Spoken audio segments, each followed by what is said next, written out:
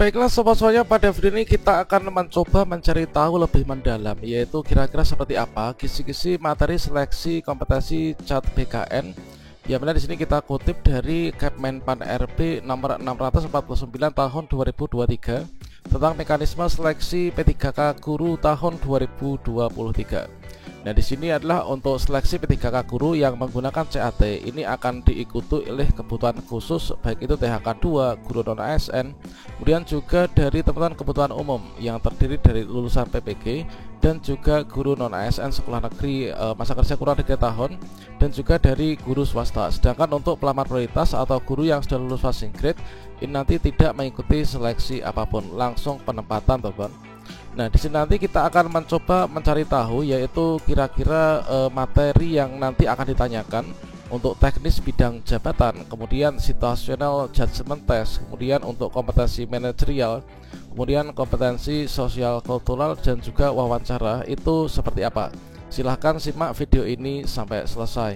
Namun sebelum kita lanjutkan, perlu saya ingatkan, bagi teman-teman yang mungkin baru saja menemukan channel ini, silakan klik tombol subscribe-nya dan aktifkan notifikasi loncengnya, sehingga nanti jika ada update video terbaru, kalian tidak akan ketinggalan informasi. Kalau misalkan kita melihat alur pendaftaran atau seleksi P3K guru tahun 2023, di sini dari seluruh kategori pelamar, di sini mengikuti mekanisme seleksinya masing-masing. Ada yang langsung penempatan dari pelamar prioritas, kemudian yang THK 2 dan juga guru honorer ini nanti mengikuti seleksi dengan materi tes SCT. Kemudian berbeda dengan teman-teman yang pelamar kebutuhan umum mengikuti seleksi dengan materinya itu kompetensi teknis bidang jabatan masing-masing. Kemudian nanti dari seluruh mekanisme seleksi yang diikuti dari seluruh kategori pelamar, maka pengumuman final kita bisa mengecek untuk lulusannya, yaitu mulai dari tanggal 6 sampai dengan 15 Desember tahun 2023. Kalau misalkan di sini kita kutip, yaitu dari Kepmenpan RB nomor 649 tahun 2023 terkait tentang mekanisme seleksi pegawai pemerintah dengan perjanjian kerja untuk jabatan fungsional guru pada instansi daerah tahun 2023. Maka di sini sudah disampaikan secara rinci ya, yaitu siapa saja yang bisa mendaftar, kemudian untuk mekanisme seleksinya bagaimana, kemudian passing grade-nya seperti apa, untuk alokasi waktu dan juga jumlah soal pembobotan itu kira-kira seperti apa.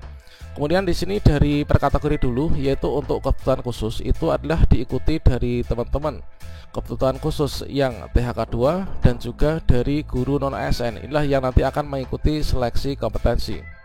Nah, di sini nanti untuk teman-teman yang kebutuhan khusus ini ikut seleksi dengan menggunakan materi kompetensi teknis berupa penilaian situasi kerja sederhana, kemudian manajerial, kompetensi sosial kultural, dan juga wawancara. Berbeda dengan teman-teman yang pelamar kebutuhan umum, ini adalah untuk yang situasi kerja sederhana digantikan dengan teknis bidang jabatan masing-masing. Kemudian untuk yang kebutuhan khusus itu adalah situational judgment test, berarti di sini nanti. Kemudian kompetensi manajerial, kemudian sosiokultural, kemudian juga wawancara, teman-teman.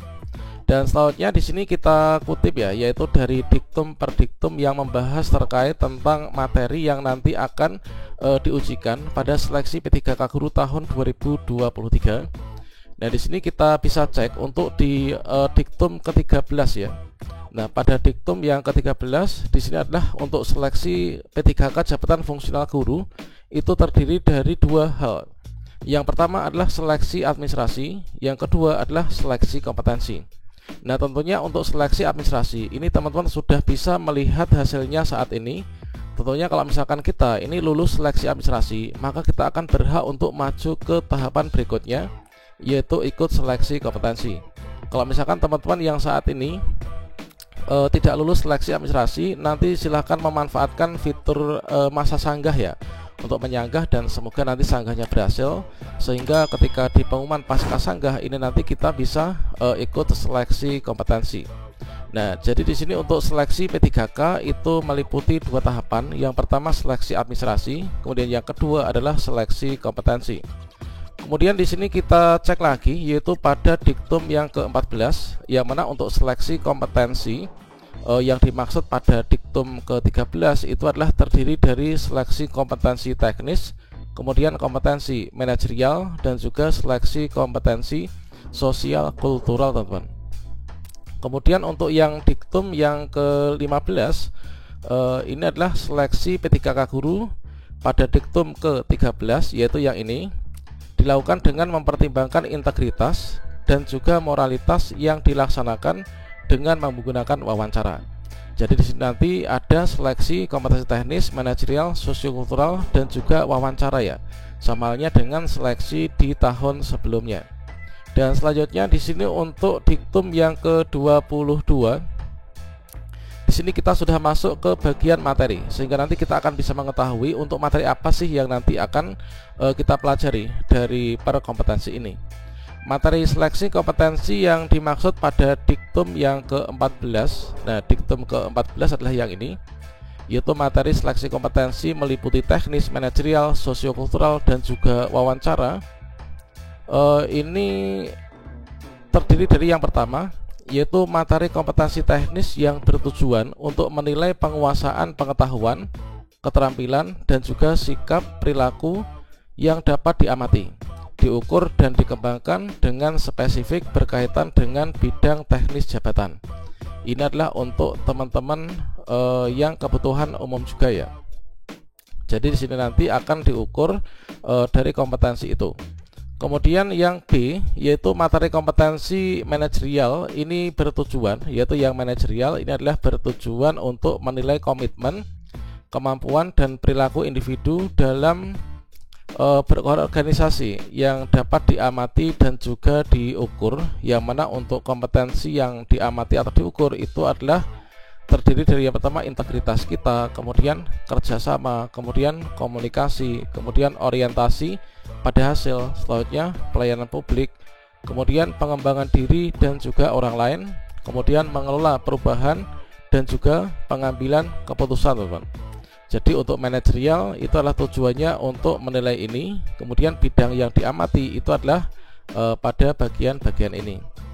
Kemudian untuk yang di poin C, yaitu kompetensi sosiokultural, itu tujuannya adalah menilai pengetahuan dan sikap terkait tentang pengalaman berinteraksi dengan masyarakat majemuk yang memiliki keberagaman dalam hal agama, kemudian suku dan budaya, perilaku, wawasan kebangsaan, etika, kemudian nilai moral, emosi, dan prinsip yang harus dipenuhi setiap pemegang jabatan untuk memperoleh hasil kerja sesuai dengan peran fungsi jabatan dalam peran pemangku jabatan sebagai perekat bangsa yang memiliki yang pertama, yaitu kepekaan terhadap keberagaman, kemudian kemampuan berhubungan sosial, kemudian kepekaan terhadap pentingnya persatuan dan juga rasa empati, teman-teman. Dan selanjutnya di sini untuk materi wawancara. Materi wawancara ini adalah nanti menggali, ini ya bagian D ya, yaitu materi wawancara ini adalah dengan menggali informasi non kognitif yang tujuannya itulah untuk menilai integritas kita dan juga moralitas kita, meliputi beberapa aspek, yaitu mulai dari kejujuran, kemudian komitmen, kemudian keadilan, etika, dan juga kepatuhan. Inilah untuk materi-materi yang kita nanti wajib pelajari ya untuk seleksi kompetensi ini. Untuk contoh soalnya ini silahkan teman-teman cek pada video sebelumnya. Oke, sampai sini dulu, nanti kita lanjut pada video selanjutnya ya. Salam sukses untuk kita semuanya. Wassalamualaikum warahmatullahi wabarakatuh.